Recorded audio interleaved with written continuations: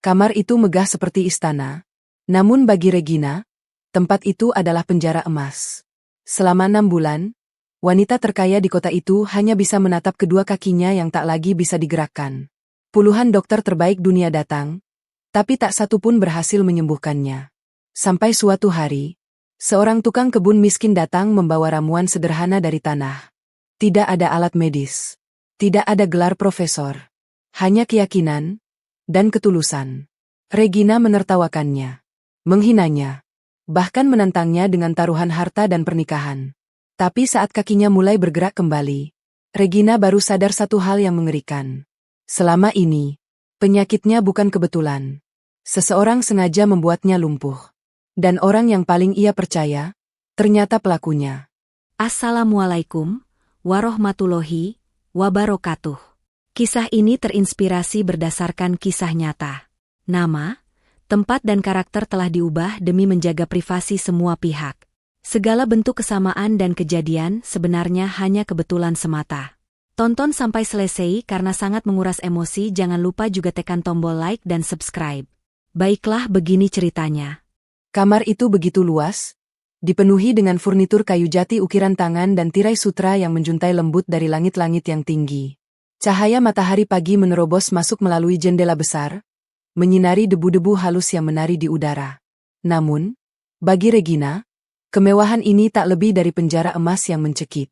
Ia duduk bersandar pada tumpukan bantal bulu angsa, menatap kosong ke arah kedua kakinya yang terbalut perban putih tebal.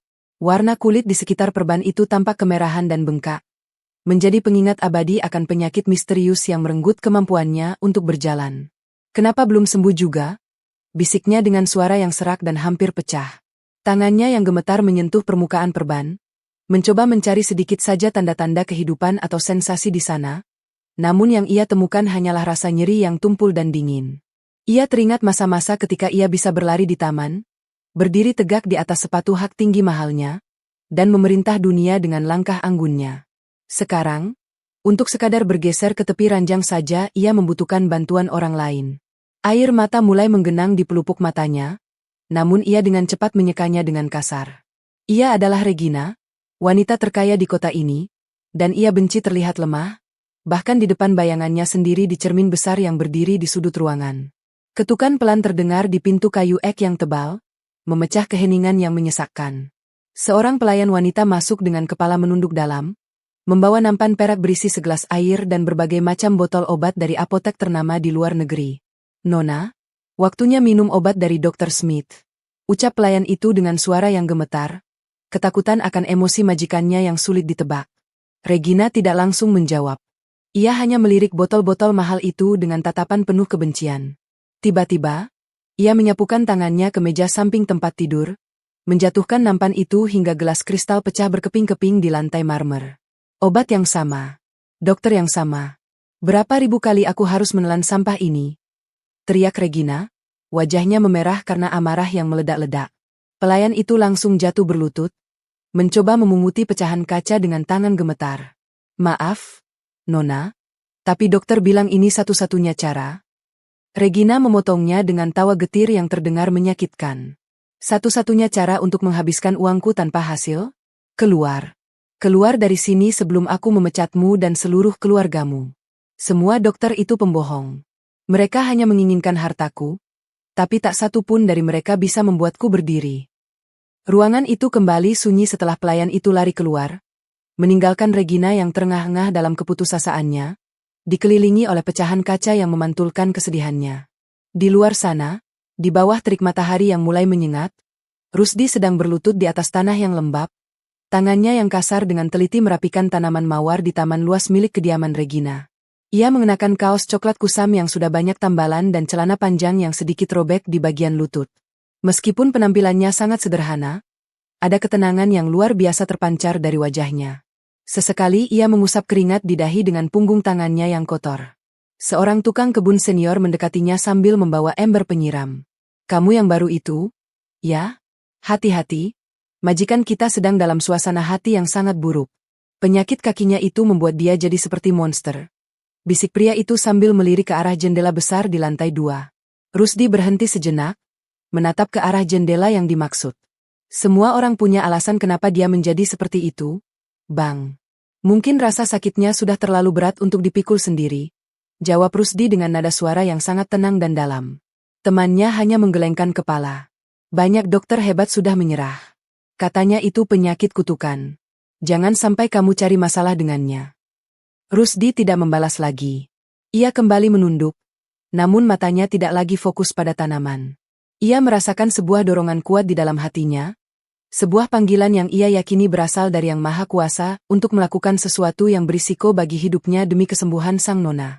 Dengan langkah yang mantap namun penuh kesopanan, Rusdi berjalan menyusuri lorong-lorong megah yang berlapis marmer, mengikuti pelayan yang dengan enggan mengantarnya. Ia merasa seperti makhluk asing di dunia kemewahan ini, namun ketenangan di matanya tidak goyah. Pintu besar terbuka, dan untuk pertama kalinya, ia melihat Regina. Wanita itu tampak begitu rapuh di atas ranjangnya yang luas, meskipun tatapan matanya tetap setajam silet. Maaf, Nona, jika saya lancang masuk. Nama saya Rusdi, tukang kebun baru di sini. Saya di sini bermaksud mencoba menyembuhkan kaki Nona, ucap Rusdi sambil membungkuk sedikit. Suaranya terdengar jernih di tengah ketegangan ruangan itu. Regina tertegun sejenak, lalu tawa mengejek keluar dari bibirnya. Ia menatap Rusdi dari ujung kepala hingga ujung kaki dengan tatapan meremehkan. Seorang tukang kebun? Dengan pakaian kusam dan tangan penuh tanah seperti itu? Dokter terbaik dunia saja angkat tangan. Lalu orang bodoh sepertimu berpikir bisa menyembuhkanku. Regina membungkuk ke depan. Wajahnya dipenuhi amarah dan ketidakpercayaan. Dengar ya, tukang kebun. Jika kamu hanya ingin mencari perhatian atau uang tambahan, kamu salah orang. Keluar sana sebelum aku memanggil penjaga. Namun, Rusdi tetap berdiri tegak. Ia tidak terlihat tersinggung sedikit pun oleh hinaan itu. Saya tidak butuh uang Nona. Saya hanya ingin membantu. Kesembuhan bukan milik dokter, tapi milik Sang Pencipta. Jawab Rusdi pelan namun penuh keyakinan yang membuat Regina terdiam sesaat, bingung menghadapi ketenangan pria miskin di hadapannya. Keheningan di dalam kamar mewah itu terasa begitu berat. Seolah-olah oksigen di sana telah habis disedot oleh ketegangan antara dua manusia dari kasta yang berbeda. Regina menatap Rusdi dengan saksama, mencari-cari retakan pada perisai ketenangan pria itu. Ia merasa terhina karena seorang tukang kebun berani berbicara tentang Sang Pencipta dan kesembuhan di hadapannya. Seolah-olah semua sains dan kekayaan yang ia miliki tidak ada artinya.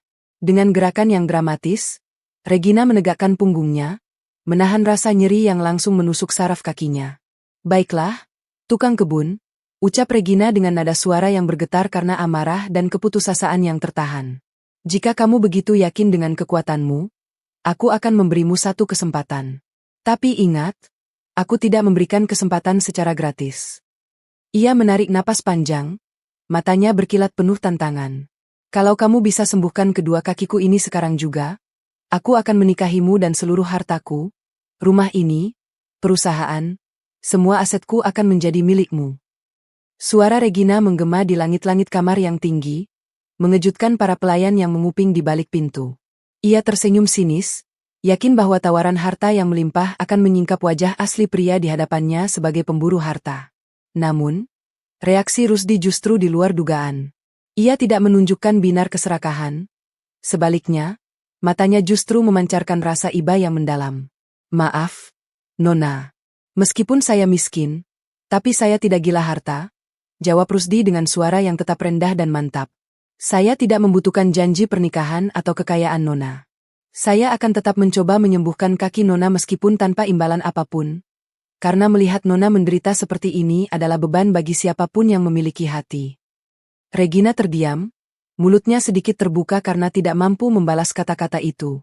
Untuk pertama kalinya, senjata hartanya tidak mempan untuk menjatuhkan mental seseorang. Setelah mendapatkan izin yang penuh dengan keraguan itu, Rusdi segera kembali ke taman luas yang mengelilingi rumah megah Regina. Sinar matahari siang menyengat kulitnya yang sudah kecoklatan, namun ia seolah tidak merasakannya. Ia berjalan melewati hamparan mawar impor dan lili yang mahal, menuju ke sudut taman yang jarang terjamah, di mana tanaman-tanaman liar tumbuh di antara bebatuan lembab. Rusdi berlutut di atas tanah, jemarinya yang kasar dengan penuh perasaan menyentuh dedaunan hijau yang dianggap gulma oleh tukang kebun lainnya. Ia mencari akar-akar tertentu yang memiliki aroma tanah yang kuat dan daun-daun kecil berbulu yang mengandung getah penawar rasa sakit. Sementara itu, di lantai atas, Regina memerintahkan pelayannya untuk menggeser ranjangnya agar lebih dekat ke jendela besar. Dengan bantuan bantal yang ditumpuk, ia bersandar dan menatap ke bawah. Dari ketinggian itu, sosok Rusdi tampak kecil dan tidak berarti di tengah kemegahan taman yang ia bangun dengan biaya miliaran rupiah. Ia melihat Rusdi memasukkan beberapa helai daun dan akar ke dalam kantong kain kusamnya. Apa yang dia pikir sedang dia lakukan? Gumam Regina sinis. Namun ada secercah keingintahuan yang mulai tumbuh di balik kebenciannya. Ia teringat bagaimana dokter-dokter dengan gelar profesor menggunakan peralatan laser tercanggih, namun tetap gagal.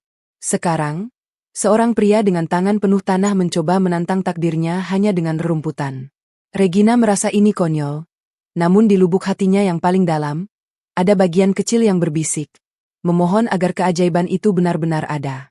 Ia terus memperhatikan Rusdi yang kini sedang mencuci akar-akar itu di bawah pancuran air taman dengan saksama. Seolah-olah setiap helai daun itu adalah permata yang paling berharga di dunia. Rusdi kembali ke kamar Regina dengan membawa nampan kayu kecil yang ia pinjam dari dapur. Di atasnya terdapat sebuah cobek batu kecil berisi lumatan dedaunan hijau yang mengeluarkan aroma pahit dan segar yang belum pernah tercium di ruangan yang biasanya beraroma parfum mahal itu. Regina menutup hidungnya dengan sapu tangan sutra. Bau apa ini? Itu menjijikan, serunya sambil memalingkan wajah. Rusdi tidak memprotes. Ia hanya meletakkan nampannya di kursi kayu di samping ranjang. Ini adalah obat dari alam, Nona. Mungkin aromanya tidak sedap, tapi ia membawa kesegaran bagi saraf yang mati, ucap Rusdi dengan lembut. Ia kemudian meminta izin untuk membuka perban di kaki Regina. Dengan ragu dan rasa takut yang nyata, Regina membiarkan Rusdi menyentuh kakinya. Saat perban putih itu perlahan dilepas, tampaklah kulit yang kemerahan, bengkak, dan dipenuhi bintik-bintik keunguan akibat sirkulasi darah yang buruk. Rusdi menghela napas pendek, lalu mulai mengoleskan ramuan hijau itu dengan gerakan yang sangat lembut. Seketika, Regina tersentak. Sensasi dingin yang luar biasa menjalar dari betis hingga ke ujung jemarinya, sebuah sensasi yang sudah berbulan-bulan tidak ia rasakan. Dingin sekali, bisik Regina. Matanya melebar karena terkejut. Rusdi terus memijat titik-titik tertentu di sekitar pergelangan kaki Regina dengan tekanan yang pas. Seolah-olah ia bisa membaca peta rasa sakit di bawah kulit wanita itu. Kamar itu kembali hening. Hanya terdengar suara napas Regina yang mulai teratur. Di bawah lampu kristal yang berpendar redup karena hari mulai sore, pemandangan itu tampak sangat kontras. Seorang wanita paling berkuasa di kota itu, kini berserah sepenuhnya pada sentuhan seorang pria yang paling rendah di rumahnya. Regina menatap wajah Rusdi yang tampak sangat fokus dan tulus, dan untuk pertama kalinya, amarah di wajahnya mulai luruh, digantikan oleh rasa bingung yang belum pernah ia rasakan sebelumnya. Matahari mulai terbenam, membiarkan semburat cahaya oranye kemerahan menyelinap masuk melalui celah-celah tirai sutra yang mahal, menciptakan bayangan panjang di lantai marmer yang dingin. Di dalam kamar itu, aroma pahit dari ramuan herbal Rusdi masih menggantung kuat di udara, beradu dengan wangi parfum mawar Prancis milik Regina yang biasanya mendominasi ruangan. Regina masih bersandar di bantal bulu angsanya, menatap Rusdi yang dengan tenang mulai merapikan cobek batu dan sisa-sisa akar yang tidak terpakai ke dalam kantong kain kusam miliknya. Sensasi dingin yang menjalar di kakinya perlahan berubah menjadi rasa hangat yang menggelitik. Seolah-olah aliran darah yang selama ini tersumbat mulai mencoba mencari jalan keluar. "Kenapa kamu melakukan ini?" tanya Regina tiba-tiba. Suaranya tidak lagi menggelegar penuh amarah, melainkan terdengar kecil dan penuh keraguan. Rusdi berhenti sejenak, menoleh ke arah majikannya dengan tatapan yang tetap teduh. "Sudah saya katakan, Nona, saya hanya ingin membantu." Melihat seseorang terkunci di dalam tubuhnya sendiri adalah pemandangan yang menyedihkan bagi siapapun, jawab Rusdi sambil mengikat tali kantongnya. Regina mencengkeram spray sutranya yang halus. "Tapi aku menghinamu. Aku mengancammu. Aku bahkan menawarimu harta yang bisa membuatmu kaya 7 turunan, dan kamu menolaknya seolah itu hanya sampah. Apa kamu tidak punya keinginan? Apa kamu tidak ingin keluar dari kemiskinanmu?" tanyanya dengan nada yang hampir putus asa untuk mengerti. Rusdi tersenyum tipis, sebuah senyuman yang tidak mengandung kesombongan sedikit pun. "Kekayaan yang sesungguhnya adalah ketika hati kita tidak lagi diperbudak oleh keinginan duniawi. Nona, saya memiliki segalanya karena saya merasa cukup dengan apa yang saya punya. Sekarang, Istirahatlah. Biarkan alam bekerja menyembuhkan apa yang rusak di dalam sana.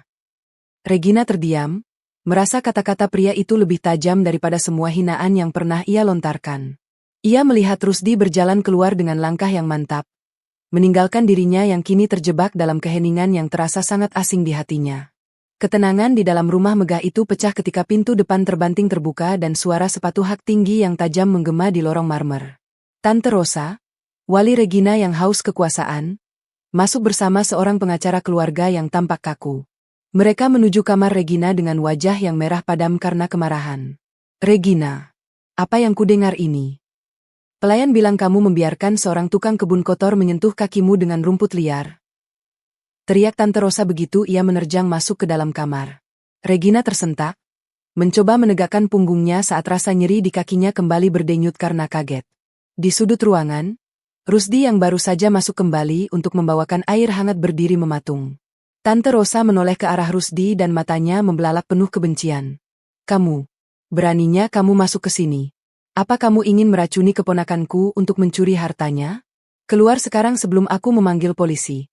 Hardik Tante Rosa sambil menunjuk pintu dengan jari yang dipenuhi cincin berlian. Rusdi membungkuk dalam, tetap tenang menghadapi badai kemarahan itu. Saya hanya memberikan obat alami, Nyonya, ucapnya pelan. Namun, pengacara di samping Tante Rosa melangkah maju. Penyembuhan tanpa lisensi medis adalah pelanggaran hukum. Anda bisa masuk penjara karena tindakan bodoh ini. Regina, yang selama ini selalu tunduk pada intimidasi keluarganya karena merasa tidak berdaya, tiba-tiba merasakan kemarahan yang berbeda membuncah di dadanya. Ia melihat wajah Rusdi yang tenang dan tulus, lalu melihat wajah keluarganya yang hanya peduli pada reputasi dan harta. Cukup, teriak Regina dengan suara yang memecah ketegangan.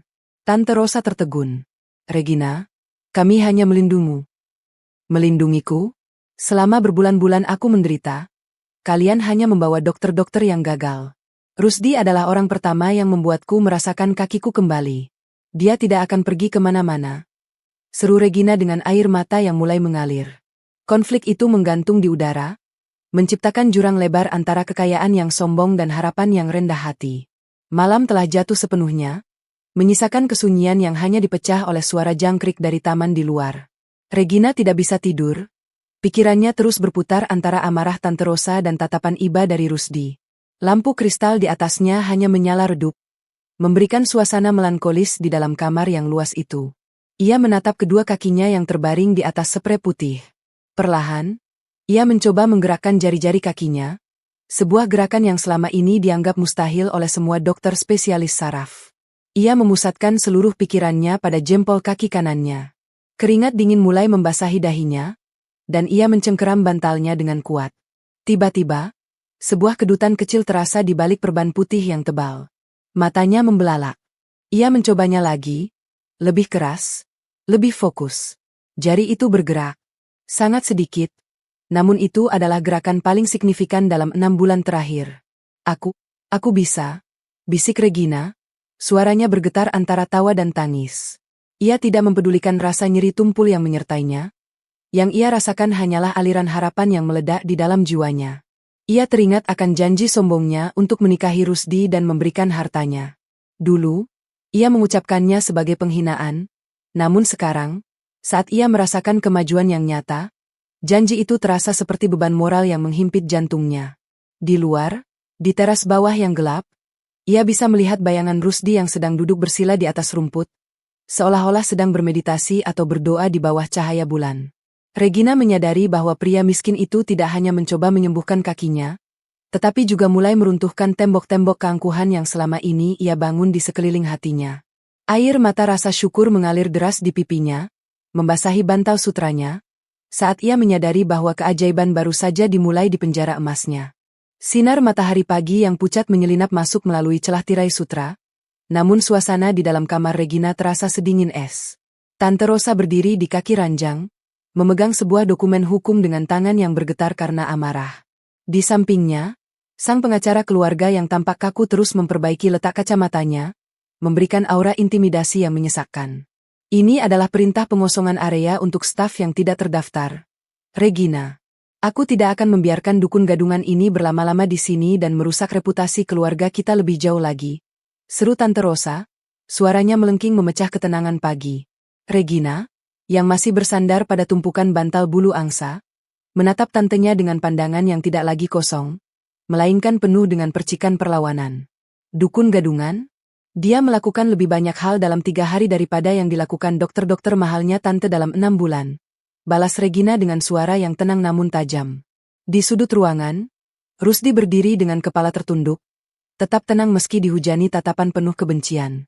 Tante Rosa tertawa mengejek. Kemajuan apa? Kamu masih duduk di ranjang itu seperti patung porselen yang rusak.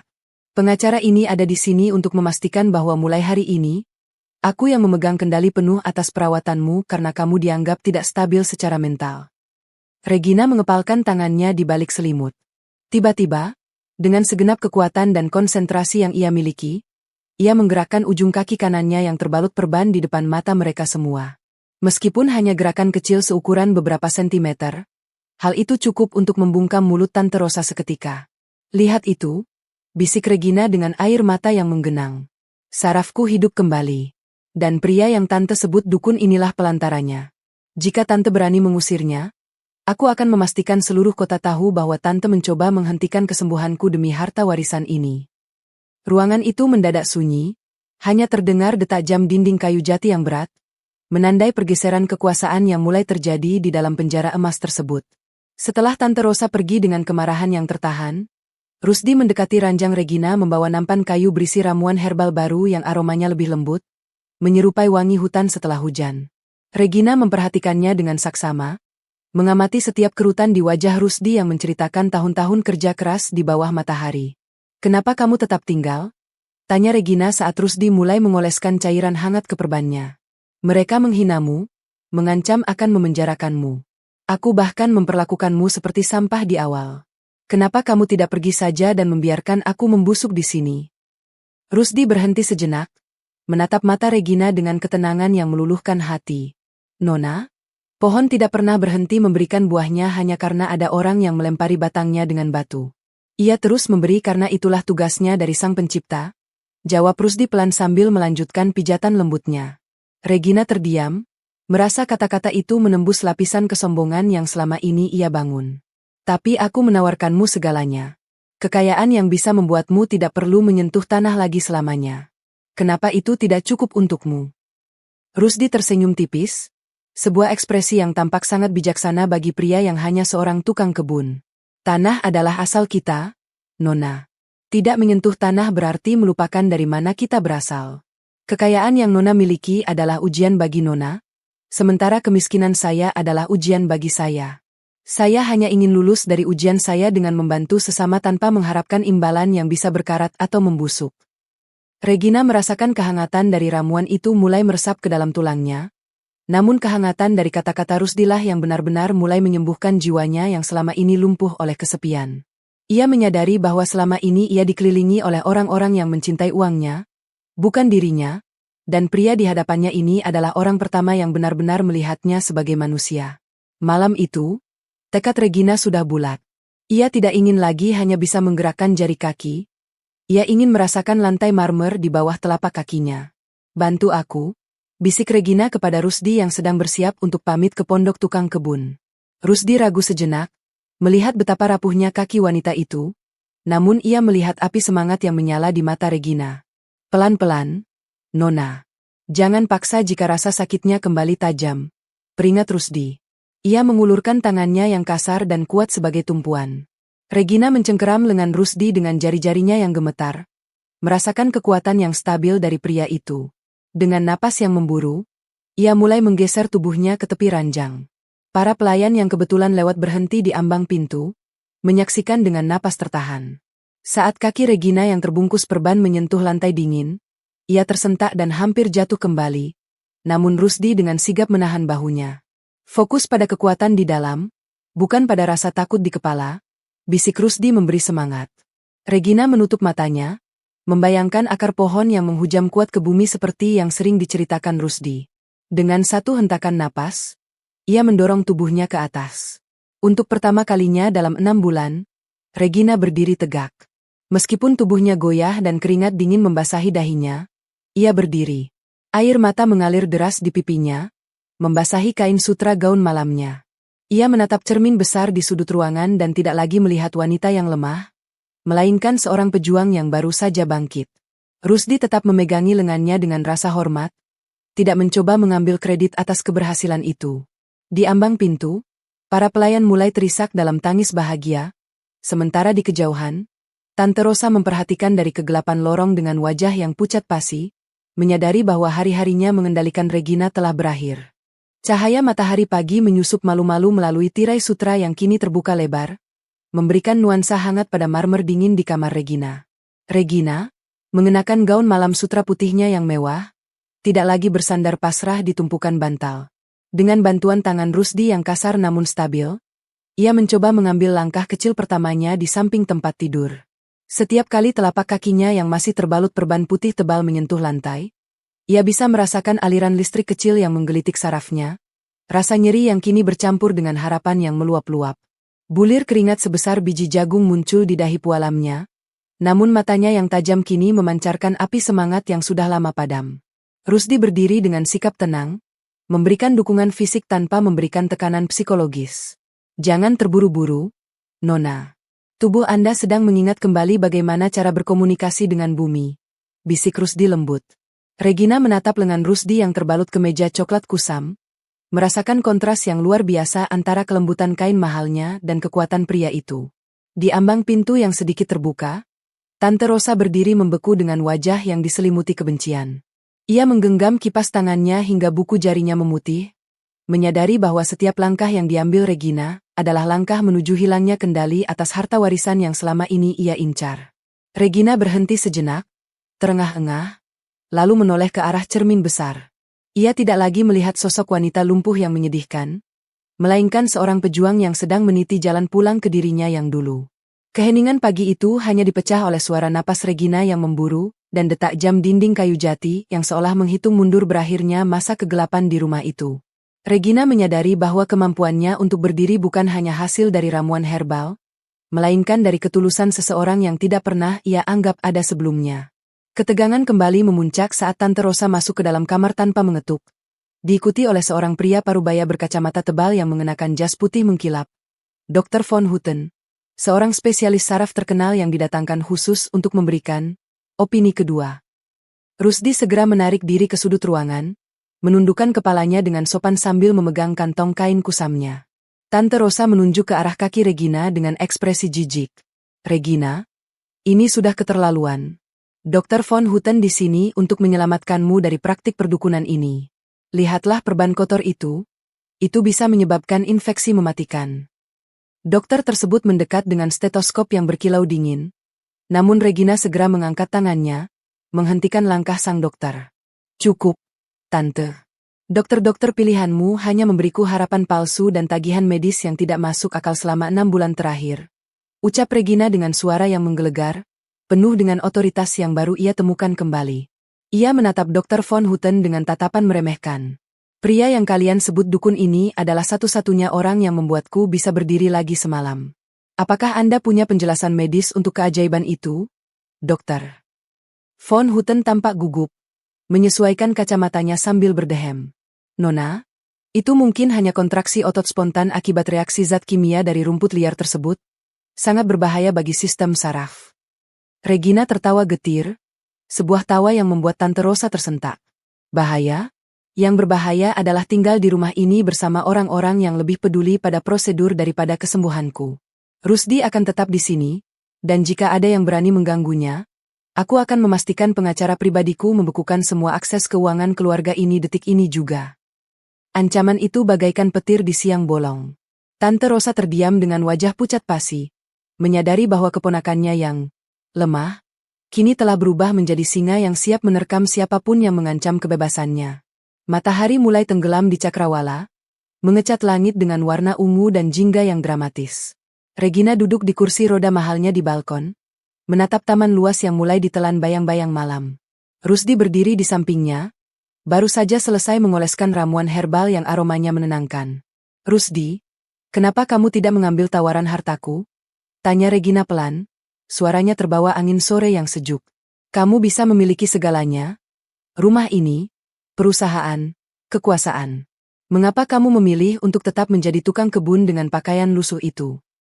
Rusdi menatap jauh ke arah barisan pohon mawar yang ia rawat. Matanya memancarkan kedamaian yang tidak bisa dibeli dengan uang sebanyak apapun. Nona, burung yang terbang bebas di langit tidak pernah merasa iri pada emas yang tersimpan di dalam peti gelap. Saya memiliki langit, tanah, dan keikhlasan.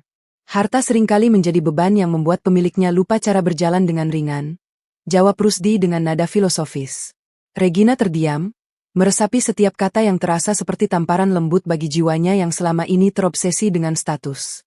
Ia menyadari bahwa kelumpuhan fisiknya hanyalah cerminan dari kelumpuhan hatinya yang selama ini membeku oleh keangkuhan. Aku selalu berpikir bahwa dengan uang, aku bisa menguasai dunia. Ternyata, dunia yang sebenarnya ada di balik ketulusan yang kamu tunjukkan. Bisik Regina, matanya berkaca-kaca menatap tangannya yang kini tidak lagi gemetar. Rusdi tersenyum tipis, sebuah senyuman yang penuh dengan kebijaksanaan. Kesembuhan kaki Nona adalah proses fisik. Tapi kesembuhan hati Nona adalah sebuah perjalanan. Saya hanya perantara, sang pencipta yang memberikan jalan. Di tengah keheningan itu, Regina merasa ada ikatan yang tidak terlihat mulai terbentuk. Sebuah rasa hormat yang mendalam kepada pria yang telah meruntuhkan tembok-tembok emas penjara jiwanya. Ia tidak lagi melihat Rusdi sebagai pelayan, melainkan sebagai guru kehidupan yang dikirimkan takdir untuk menyelamatkannya dari kehancuran yang lebih besar daripada sekadar penyakit kaki. Pagi itu, sinar matahari menembus jendela kaca patri di lorong utama kediaman Regina, memantulkan warna-warni pelangi di atas lantai marmer yang berkilau. Regina berdiri dengan napas yang teratur namun berat, jemarinya mencengkeram lengan Rusdi yang kokoh sebagai tumpuan utama. Perban putih di kakinya tampak lebih bersih, dan bengkak yang dulunya mengerikan kini telah jauh menyusut. Ia mengenakan gaun sutra putih yang menyapu lantai, kontras dengan kemeja coklat Rusdi yang kusam dan bernoda tanah. Satu langkah lagi, Nona. Jangan lihat ke bawah, lihatlah ke depan, ke arah cahaya itu, bisik Rusdi dengan suara yang menenangkan, memberikan kepercayaan diri yang tidak pernah diberikan oleh peralatan medis manapun. Regina mengangkat kaki kanannya, merasakan otot-ototnya yang dulu mati kini berdenyut dengan kehidupan yang baru ditemukan. Rasa sakit itu masih ada, tumpul dan mengingatkan, tetapi tidak lagi melumpuhkan. Di ujung lorong, Tante Rosa berdiri dalam bayang-bayang, matanya menyipit penuh kebencian melihat kemajuan keponakannya. Ia memegang telepon genggamnya, mengirim pesan singkat kepada pengacara keluarga untuk segera mempercepat proses hukum pengalihan hak asuh medis. Bagi Tante Rosa, kesembuhan Regina adalah bencana finansial. Namun Regina tidak peduli lagi. Setiap langkah yang ia ambil terasa seperti memecahkan rantai tak terlihat yang selama ini mengikat jiwanya. Ia menoleh ke arah Rusdi, melihat butiran keringat di dahi pria itu yang menunjukkan betapa kerasnya ia bekerja untuk menopang tubuhnya. Rusdi, jika aku bisa mencapai pintu besar itu tanpa jatuh, aku ingin kamu menceritakan rahasia tentang akar yang kamu gunakan semalam, ucap Regina dengan senyum tipis yang pertama kali terlihat tulus. Rusdi hanya tersenyum bijak, tidak melepaskan dukungannya sedikit pun. Rahasianya bukan pada akarnya, Nona, tapi pada keinginan Nona untuk kembali memijak bumi. Keheningan lorong itu kini dipenuhi dengan suara ketukan kaki Regina yang semakin mantap, menandai berakhirnya masa-masa ia menjadi tawanan di rumahnya sendiri. Malam jatuh dengan jubah bintang yang membentang luas di atas langit kota. Regina duduk di kursi kayu jati di balkon kamarnya, membiarkan angin malam membelai wajahnya yang tampak lebih segar. Di sampingnya, Rusdi sedang duduk bersila di lantai, membersihkan beberapa akar baru yang ia temukan di hutan kecil belakang Menshahn. Bau tanah dan getah tumbuhan bercampur dengan aroma melati malam yang tumbuh merambat di pagar balkon. Dulu, aku berpikir bahwa dunia ini adalah milikku karena aku punya uang untuk membelinya. Rusdi, ucap Regina memecah kesunyian, suaranya terdengar melankolis. Ayahku selalu bilang bahwa orang lemah akan diinjak. Jadi aku membangun menara emas ini agar tidak ada yang bisa menyentuhku. Tapi ternyata, di puncak menara ini, aku justru yang paling kesepian. Rusdi berhenti sejenak dari pekerjaannya, menatap bulan yang menggantung rendah. Nona, emas itu memang berkilau, tapi ia dingin. Ia tidak bisa memberikan kehangatan seperti tanah yang Nona injak. Tanah menerima segalanya, baik bunga yang indah maupun kotoran, dan ia tetap memberi kehidupan. Itulah kekuasaan yang sesungguhnya. Kemampuan untuk menerima dan tetap memberi tanpa syarat. Regina menatap tangannya yang kini tidak lagi memegang botol obat, melainkan menggenggam secangkir teh herbal hangat yang dibuatkan Rusdi. Ia merasakan getaran aneh di hatinya, sebuah rasa hormat yang melampaui batas majikan dan pelayan. Ia mulai menyadari bahwa penyakit misteriusnya mungkin bukan hanya masalah saraf, melainkan manifestasi dari kebencian dan keangkuhan yang selama ini menumpuk di dalam dirinya. Apakah kamu benar-benar tidak menginginkan hartaku, Rusdi? Bahkan sedikit pun? Tanya Regina lagi, seolah masih belum percaya pada keikhlasan pria itu. Rusdi tertawa pelan, suara tawa yang sangat jernih. Nona, jika saya memiliki semua harta Nona, saya tidak akan bisa lagi duduk di bawah bintang-bintang seperti ini dengan hati yang tenang. Harta yang terlalu banyak akan membuat mata saya buta terhadap keindahan yang gratis dari Sang Pencipta. Regina terdiam, meresapi kata-kata itu, menyadari bahwa pria miskin di hadapannya ini adalah orang paling kaya yang pernah ia temui seumur hidupnya. Suasana damai di kediaman itu hancur keesokan paginya ketika 3 mobil hitam besar menderu masuk ke halaman utama. Tante Rosa turun dengan wajah yang diselimuti amarah, didampingi oleh 2 pria berseragam polisi dan seorang pria parubaya yang membawa tas medis berlogo rumah sakit jiwa. Mereka menerjang masuk ke ruang tengah di mana Regina sedang berlatih berjalan dengan bantuan tongkat kayu sederhana yang dibuatkan oleh Rusdi. Cukup dengan semua kegilaan ini, Regina, teriak Tante Rosa, jarinya yang berhias berlian menunjuk-nunjuk ke arah Rusdi yang berdiri tenang di samping Regina. Polisi, tangkap pria ini. Dia telah melakukan praktik medis ilegal dan menggunakan sihir untuk memanipulasi keponakan saya yang sedang tidak stabil secara mental. Regina terkejut, namun ia segera berdiri tegak, melepaskan pegangannya pada tongkat dan berdiri dengan kekuatannya sendiri meskipun kakinya gemetar hebat. Tante, apa yang Tante lakukan? Rusdi adalah penyelamatku, seru Regina dengan suara yang menggelegar penuh amarah. Salah satu polisi melangkah maju, memegang borgol di tangannya. Maaf, Nona, tapi kami memiliki laporan resmi tentang dugaan malpraktik dan eksploitasi terhadap orang yang tidak berdaya. Rusdi tidak melawan, ia hanya menundukkan kepala dan memberikan tas herbanya kepada Regina. Jangan biarkan kemarahan mematikan saraf yang baru saja bangun, Nona. Tetaplah tenang, bisik Rusdi sebelum tangan polisi mencengkeram lengannya.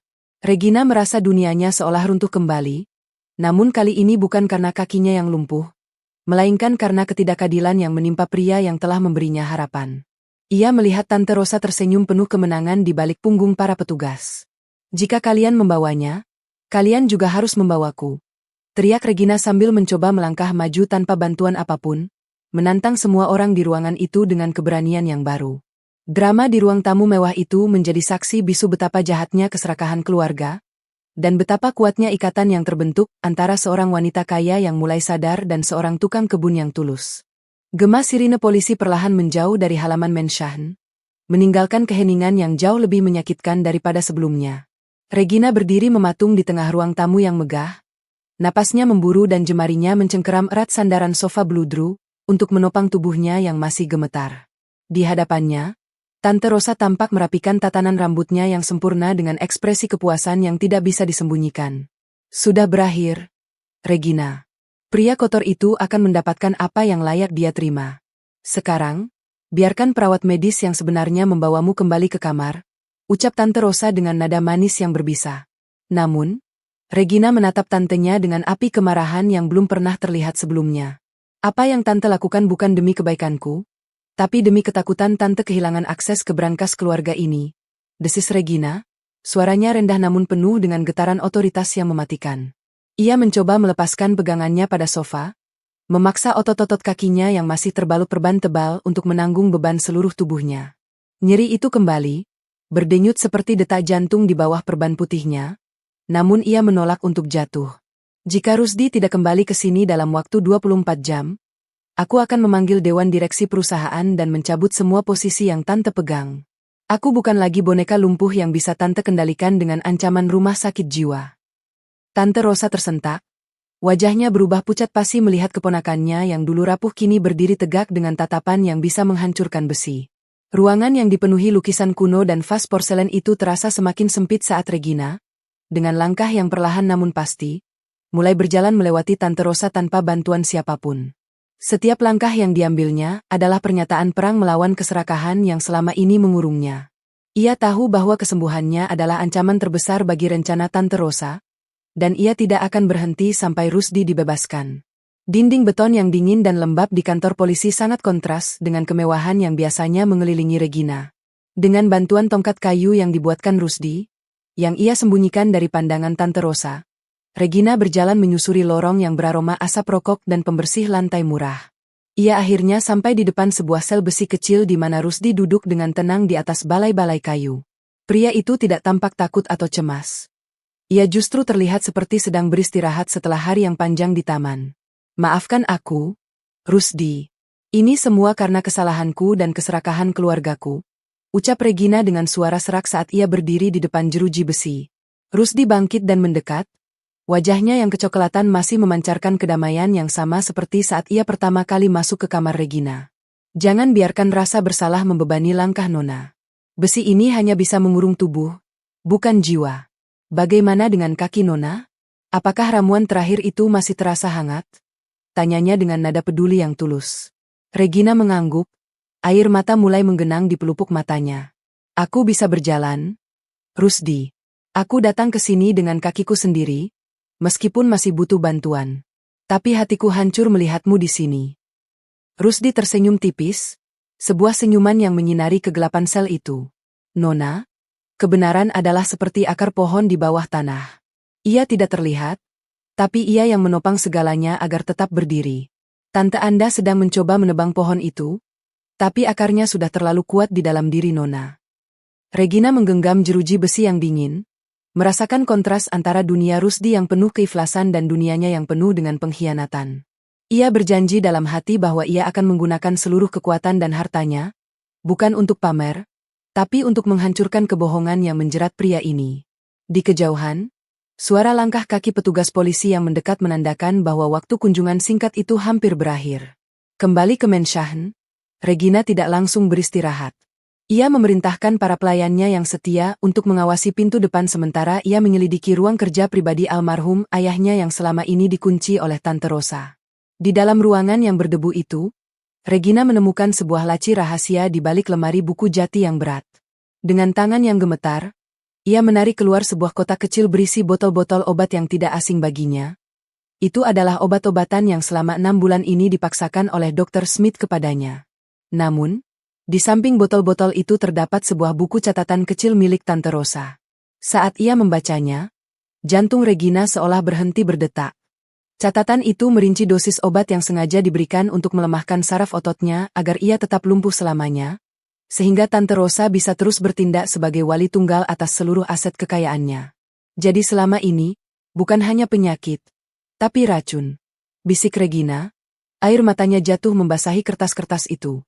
Ia menyadari bahwa ramuan herbal Rusdi bukan hanya sekadar obat, tapi penawar yang membersihkan sistem tubuhnya dari sabotase selama berbulan-bulan.